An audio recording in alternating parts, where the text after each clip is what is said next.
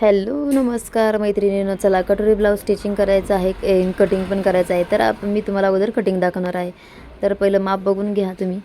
तर 41 चेस्ट आहे आणि 33ची कंबर आहे. तर मी तुम्हाला सांगणार आहे. चला आता आपल्याला अगोदर काय करायचं आहे, उंची टाकून घ्यायची आहे. आपल्याला काय करायचं आहे आता बघा, किती 41ची उंची आहे ना, तर तसंच टाकायचं आहे माप. तर मला असं वाटलं की ह्या पेनाने येत नाही, तर बघा काही डार्क थोडेसे लाईन येत नाहीत ना. चला मार्कर घेते मी अगोदरच्याला काही ओळखून आलं तर म्हणून म्हटलं चला. उंची टाकली आता 14.5, 5.5चं शोल्डर घ्यायचं आहे आणि 5.5चाच मोंडा पण घ्यायचा आहे. तर 41 चेस्ट आहे, त्याचा चौथा भाग करायचा आपल्याला. चौथा भाग किती येतोय बघा ते मी चौथा भाग करते. तर किती आलं आहे, 10.15 घ्यायचं आहे. आणि तिथून पुढं काय करायचं आहे, 1 किंवा 1.5 एक्स्ट्रा मार्जिन ठेवायचे आहे. तुम्ही 1 ठेवू शकता, 1.5 ठेवू शकता. आता मी 1.5च घेतली. आणि इथं काय करायचं, आपल्याला मोंड्याला आकार घ्यायचा आहे. मस्तपैकी असा आकार द्यायचा आहे, जो राऊंड शेपमध्ये, जेणे की ब्लाऊजला अजिबात चुन्या वगैरे पडणार नाही. आणि इथं आपल्याला काय करायचं आहे, गळा टाकायचा आहे. आपल्याला गळ्याची रुंदी टाकली आहे 2.25 आणि गळा घेतला आपण 6चा. बघा तुम्ही, मापाची साईज मोठी आहे, हेवी आहे.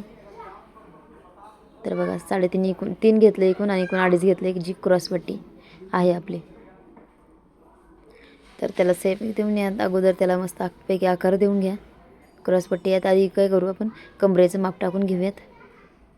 कंबर 33 आहे, त्याच्यामुळे आपण ते कंबरेचा चौथा घेतला आणि पुढं 1.5 एक्स्ट्रा मार्जिन घेतलं आहे. जर तुम्हाला तसं नसेल समजलं, चेस्ट तर आपण घेतलेलीच आहे, त्याच्यापेक्षा फक्त अर्धा इंच असं कमी घ्यायचं, म्हणजे आपल्याला कमरेचं माप होऊन जातं आपलं. ओके, चला आता कटोरी काढायची. इथं आपल्याला सरळ रेष ओढून घ्यायची इथं, आणि इथूनच कटोरीला आकार द्यायचा. फक्त पुढच्या गळ्यापासून अर्धा इंचने हे ठेवायचं, अर्धा इंच, आणि तिथून कटोरीला आकार द्यायचा. म्हणजे तुम्हाला खूप काही करायची गरजच नाही पडणार.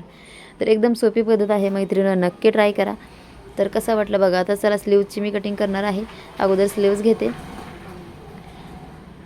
तर स्लीव्ज त्यांच्या कमीच आहेत, आपल्याला 3.5ची स्लीव्ज आणि 1 इंच एक्स्ट्रा घेतलं आहे. तुम्ही अर्धा इंच, जसं तुम्हाला शिवायला कुणाला कपडा कमी पण लागतो, कोणाला जास्त पण लागतो. पण मी 1 इंच घेतले, नंतर कट केलं तरी चालतो.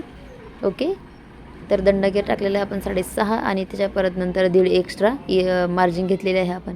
आणि इथं मोंड्याचा आकार द्यायचा आपल्याला. बघा तुम्हाला माहिती आहे का, मला स्लीवचे आकार द्यायचा असला की मला 8.5पर्यंत आपण मोंडा घेऊ शकतो. आता मी याला घेतलेला आहे 8.5. तर तुम्ही बघू शकता स्लीव्जला कसा आकार दिलेला आहे मी दिलेला आहे या स्लीव्जला. तर चला आपण कटिंग करून घेऊन येत. अगोदर मी प्रत्येक माप असंच काढत असते, पुढचा भाग मागचा भाग रेडी करत असते, मग स्लीव्ज काढून घेते आणि मग कटिंग करते. म्हणजे आपल्याला कटिंग करायला पण एकदम योग्य म्हणजे व्यवस्थित येते. आणि हे जो पाठीमागाचा भाग आहे ना, एकदम साईडला काढून घ्यायचा आहे. तर आपण फ्रंट बाजू कटिंग करणार आहोत अगोदर. चला आता ही क्रॉसपट्टी काढून घेऊयात. क्रॉसपट्टी काढून घेतली. जो मोंड्याचा जो खोल भाग आहे तो पण कट करून घ्यायचा आहे. पुढची फ्रंट साईड आहे ना ती, त्याच्यामुळे. आणि इथं आपल्याला पुढचा गळा जो आहे 2.25वरच आकार दिलेला आपण, तो पण कट करून घ्यायचा आहे. आणि इथं कटोरी निघणार आहे आपली ब्लाऊजची. बघा एकच नंबर आली राऊंड, आणि कटोरी आलेली बघा. एकदम हेवी साईज आहे मैत्रिणींनो. 41 म्हणजे भरपूर मोठी साईज आहे.